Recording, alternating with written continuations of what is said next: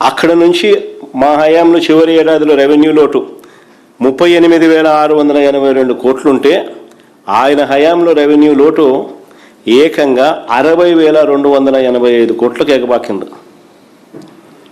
ఇక 2023-24లో అంటే మా ప్రభుత్వ హయాంలో ఫిజికల్ డెఫిసిట్ అంటే అప్పులు మేము చేసింది ఎంత అని చూస్తే 60,285 కోట్లుగా కనిపిస్తుంది. అదే చంద్రబాబు నాయుడు గారి హయానికి వచ్చేసరికి 24-25 ఆ సంవత్సరానికి సంబంధించి ఫిజికల్ డెఫిసిట్ అంటే చంద్రబాబు నాయుడు గారి హయాంలో చేసిన అప్పులు ఎంత అంటే ఏకంగా 81,071 కోట్లు కనిపిస్తుంది.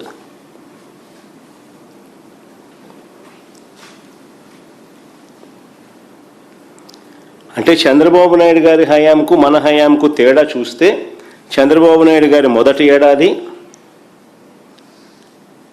రాష్ట్రానికి రాబడులు తగ్గాయి. ఇంతకుముందు మా హయాంలో 1,73,767 కోట్లు ఉండేది. చంద్రబాబు నాయుడు గారి హయాంలోకి వచ్చేసరికి 1,68,024 కోట్లు. రెవెన్యూ డెఫిసిట్ ఏకంగా 56% పెరిగింది. 38,682 కోట్లు మా హయాంలో ఉంటే ఏకంగా 60,285 కోట్లు ఆయన హయాంలో. రెవెన్యూ డెఫిసిట్ ఏకంగా 56% పెరిగింది.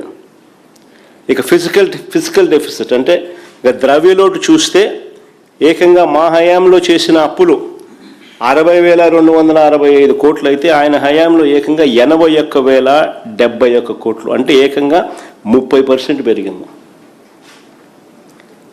అయినా సరే చంద్రబాబు నాయుడు గారి చంద్రబాబు నాయుడు గారి మొదటి ఏడాది చూస్తే ఎక్కడా కూడా సూపర్ 6లు లేవు, సూపర్ 7లు లేవు.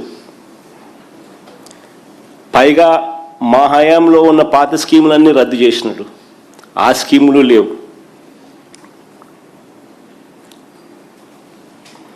అయినా చంద్రబాబు నాయుడు గారి హయాంలో ఇంతటి దారుణమైన పరిస్థితులు కనిపిస్తూ ఉన్నాయి. ఒకసారి గమనించమని అడుగుతా ఉన్నా.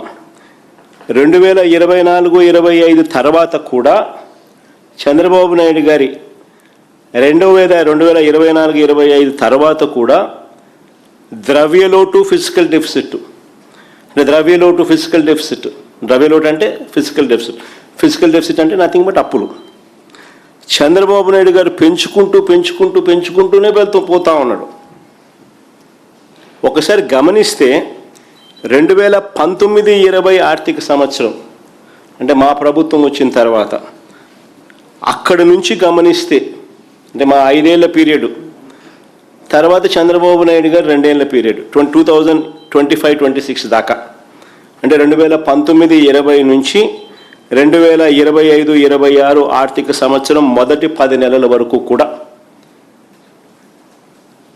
ఈ 25-26 ఆర్థిక సంవత్సరం కూడా మొదటి 10 నెలల వరకు కూడా చూస్తే మా 5 ఏళ్ల కాలంలో ఎప్పుడూ లేని విధంగా చంద్రబాబు నాయుడు గారి కూటమి పాలనలో ద్రవ్యలోటు ఫిజికల్ డెఫిసిట్ అంటే అప్పులు